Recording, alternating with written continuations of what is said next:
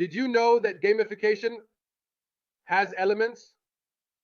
I don't want to talk about the elements right now, but you should know that gamification uses these elements and their mechanics. Make the lesson about game. Make the lesson simulate a game.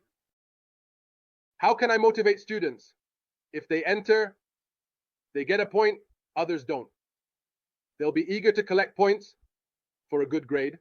If they reach a certain score, they move up. If not, they stay. Let's clarify this process. The key is understanding.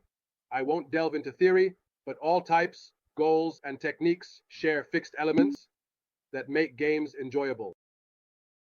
From a certain level, or when certain points are achieved, they can move to the second level. But if they don't achieve those points, they won't move to the second level or get the second content. Let's talk about this process so it's clear for you. The important thing is that we want to understand one thing.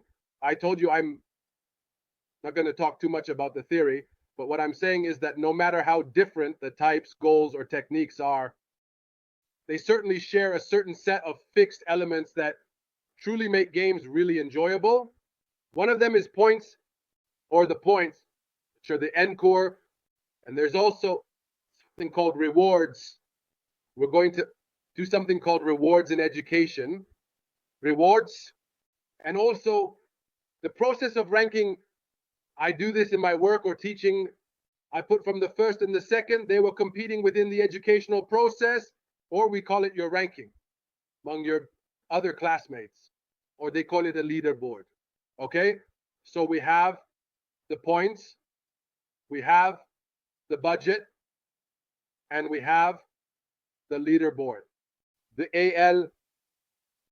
All right. And there's also something called levels. You won't move from the first unit to the second unit unless you achieve a certain level. Why a certain level? If you achieve the level, you start to progress. If you don't achieve the level, you stay where you are, and they start explaining it to you again in a different way and with another teaching strategy. All right. Also, there's something called rewards, which I give out, and there's something called the budget, which I allocate for achievements. When a student reaches a certain level, I give them a special badge, and so on. So, can I ask a question? Is simply transferring these elements to the educational environment something we can call gamification?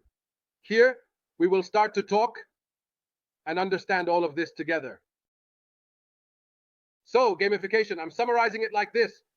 Gamification is an educational curve that motivates students to learn by using game elements that we've talked about, like points, badges, which are the medals, levels, and rewards. I incorporate these into the educational process in a way that makes it motivating and gives students a drive. And that's because the goal I'm trying to achieve is to maximize enjoyment and capture the learner's attention to continue learning in the educational process. Here, gamification can significantly impact student behavior by motivating them to attend or understand the subject matter, making them more eager and focused on educational tasks, and encouraging them to take initiative. All right, someone might ask me, Doctor, how is gamification applied in the educational process? I can use gamification in the educational process through several means. I told you that to talk about the theory for exactly 10 minutes. I'm going to discuss the theory, and I will get into the practical side and its application. But it's really important to me that you understand that gamification is based on a set of elements. One of them is points, one of them is badges, one of them is the achievements, and then there are levels and so on, because how many brains do I apply my work? We will meet these things. Using these methods, add points to tasks. Points are assigned for tasks. Badges or rewards are for top performers. Leaderboards for achievers. And levels for task repetition and challenges. Gamification in education is beneficial, giving students freedom and motivation for self-learning. Students learn with virtual characters or avatars, which we will explore.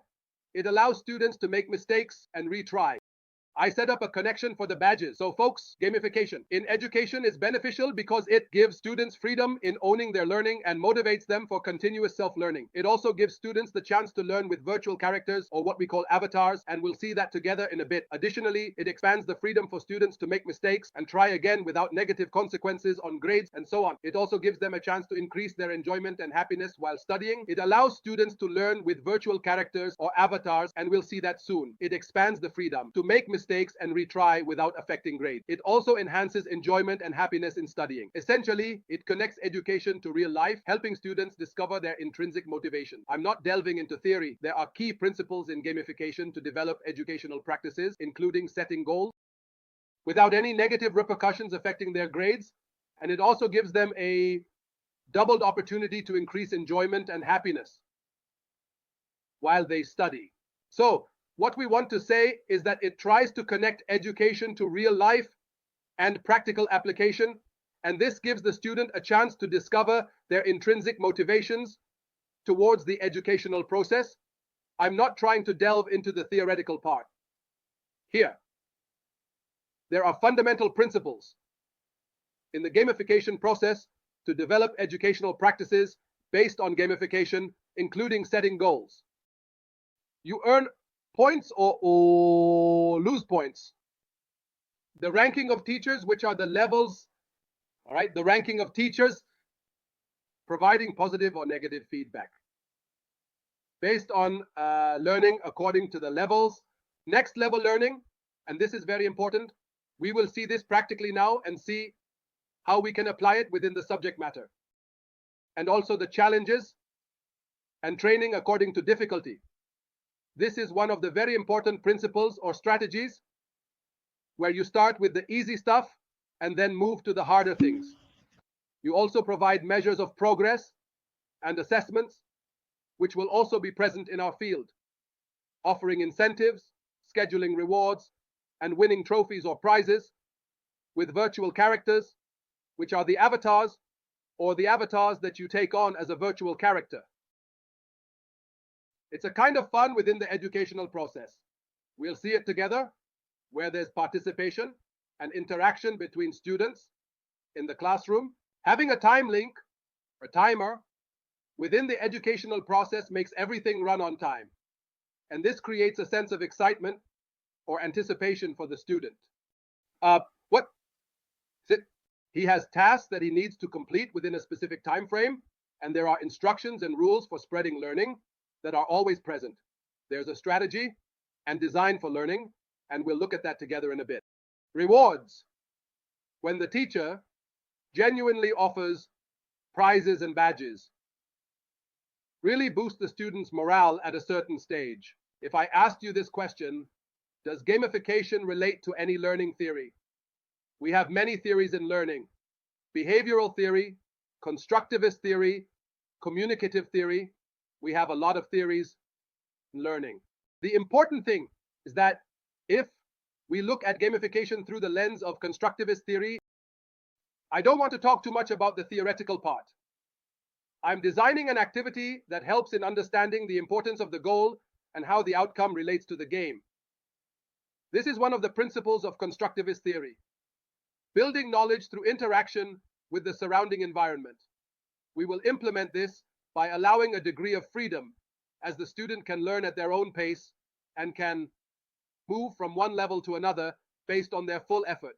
Gamification as an educational approach isolates the learning process, and I engage teachers who face problems they can solve by improving the learning experience. I don't want to delve too much into the theoretical side, but the important thing to understand is that gamification has both intrinsic and extrinsic motivation. And that's what makes the gaming process successful for our kids. There is always an external motivation and an internal motivation. There's always an internal motivation. There's a challenge between the student and the subject matter because they want to excel in it and achieve something. The external challenge is that they want to please their community and show their parents that they have succeeded and reached a very good level. The important